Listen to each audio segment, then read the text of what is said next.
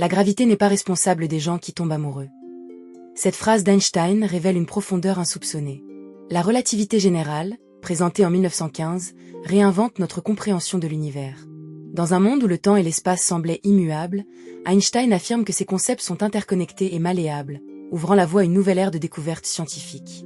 Au tournant du XXe siècle, la science bouillonne. Des figures comme Max Planck posent les jalons d'une nouvelle physique. Mais le paradigme newtonien montre ses limites face à des anomalies inexplicables. C'est dans ce contexte que la pensée d'Einstein émerge. Jeune, moqué par ses pairs, il formule des idées qui ébranleront la science.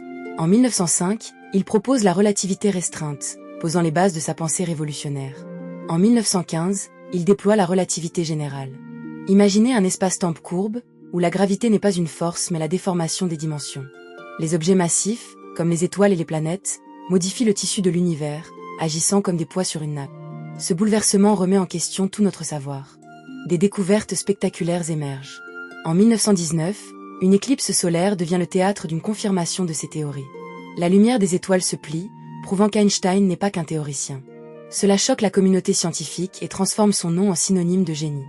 La relativité générale, bien plus qu'une théorie scientifique, devient symbole d'une époque nouvelle. Les implications se propagent bien au-delà de la science.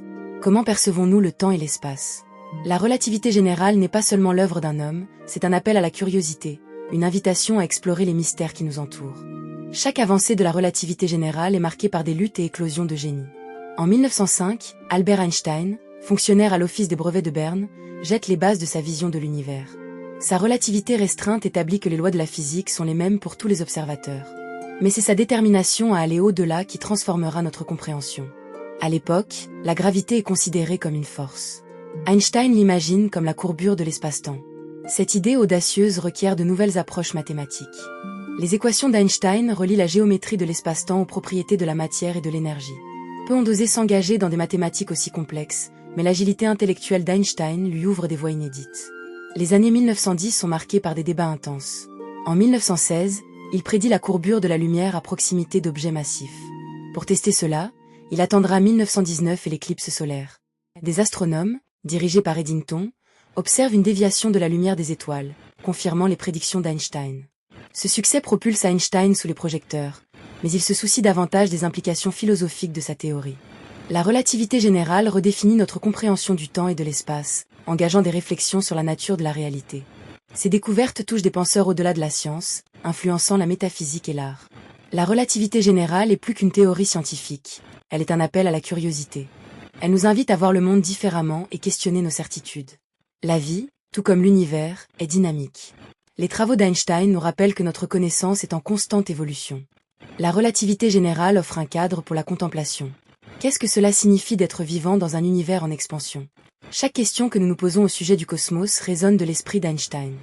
Il nous incite à vivre avec curiosité, à regarder vers les étoiles, à embrasser l'inconnu. L'héritage d'Einstein n'est pas seulement scientifique. Il est profondément philosophique, un appel à transcender nos limites et explorer l'immensité de l'univers. Chacun de nous peut porter cette étincelle d'exploration. Le voyage ne fait que commencer. L'univers en expansion, tel qu'Einstein le conceptualise, fait écho aux pensées des anciens philosophes grecs. Déjà, Thalès de Milet se posait des questions sur la nature de l'univers et sa composition. Mais Einstein ne se contente pas de revisiter ces anciens questionnements, il les réinvente. En 1915, le physicien théoricien s'installe à Berlin, une ville frémissante d'idées où se croisent les plus grands esprits de son temps. Dans cette atmosphère bouillonnante, il se plonge dans ses réflexions sur la gravité. La transition de Berne à Berlin représente un saut non seulement géographique, mais aussi intellectuel. Alors qu'il observe les étoiles scintillantes par sa fenêtre, il se rappelle les nombreuses heures passées à contempler l'infini, et ses pensées se transforment en équations complexes. Dans son esprit, chaque étoile est un monde, et chaque monde contribue à la symphonie de l'espace-temps. Pour Einstein, comprendre la gravité, c'est comme déchiffrer une partition musicale, où chaque note joue un rôle crucial dans l'harmonie de l'ensemble. Son esprit cherche la simplicité dans la complexité. Ses réflexions sur les notions de temps et d'espace le poussent à explorer comment ces éléments interagissent. En effet, il écrit dans une lettre à son ami Michel Bessot: « Le temps ne doit pas être considéré comme une entité indépendante. Il est lié à l'espace, formant ensemble un continuum. » Cette citation révèle non seulement son approche intellectuelle, mais aussi sa vision audacieuse du cosmos, où tout est interconnecté. Le débat scientifique s'intensifie autour de la relativité générale. Des physiciens comme Hermann Minkowski reconnaissent les implications profondes de cette théorie. En 1908, Minkowski introduit l'idée que l'espace et le temps doivent être amalgamés en une seule entité, l'espace-temps. Son concept provoque un tremblement de terre dans la compréhension classique de la physique, et beaucoup voient cela comme une clarté précieuse apportée à la théorie d'Einstein. Les années 1910 voient également des événements majeurs qui contribuent à l'essor d'Einstein. Le monde est profondément marqué par la Première Guerre mondiale. Alors que les nations s'affrontent, les esprits éclairés cherchent un refuge dans la science. Einstein devient alors une figure emblématique, non seulement pour ses théories, mais aussi pour ses convictions pacifistes. Il écrit « Je ne suis pas un homme de guerre. Le vrai ennemi, c'est l'ignorance ». Ces mots résonnent bien au-delà des champs de bataille, appelant à une compréhension plus profonde de notre place dans l'univers. La confirmation de ces théories lors de l'éclipse de 1919 est un moment charnière. Quand Eddington et son équipe d'astronomes, armés de leurs télescopes, pointent vers le ciel, une scène d'une beauté dramatique se déroule. Le soleil obscurcit, et dans l'ombre qui s'étend sur la Terre, la lumière des étoiles, normalement invisible, se plie autour du contour du soleil. C'est comme si le ciel lui-même témoignait de la véracité des idées d'Einstein. La lumière, déformée par la gravité, devient le symbole de la nouvelle ère scientifique qui s'annonce. Les journaux titrent partout, et le nom d'Einstein devient synonyme de génie. Mais ce succès ne lui apporte pas seulement la gloire, il le plonge également dans une réflexion plus profonde sur les implications de ses découvertes. Einstein ne se laisse pas emporter par la célébrité. Au contraire, il réfléchit aux ramifications de la relativité générale sur la vision humaine du cosmos. Comment l'humanité, qui a toujours cherché à comprendre son existence, pourrait-elle ajuster sa perception face à une réalité aussi bouleversante? Les implications philosophiques de ces théories l'obsèdent. Il s'agit de plus que de simples calculs, il s'agit de la compréhension même de l'existence humaine. Dans ses rencontres avec des artistes, des philosophes et des penseurs, il partage ses idées sur la relativité non seulement comme une théorie scientifique, mais aussi comme un acte de créativité. Ses pensées influencent des figures comme le peintre Salvador Dali, qui, en réponse aux idées d'Einstein, explore le concept du temps dans ses œuvres surréalistes. La relativité devient ainsi une source d'inspiration artistique, provoquant une renaissance conceptuelle dans le monde de l'art. Les années 1920 ne sont pas seulement marquées par l'essor de sa renommée, elles sont aussi le théâtre de la lutte d'Einstein pour défendre ses idées contre l'opposition croissante des partisans de la mécanique quantique. Bien qu'il ait établi la relativité générale, il est troublé par ses implications. Les débats avec les physiciens quantiques, comme Niels Bohr, le poussent à remettre en question ses convictions. Il déclare une phrase célèbre « Dieu ne joue pas au dé avec l'univers ». Cette affirmation souligne son désir d'une théorie unifiée, d'une réalité prévisible.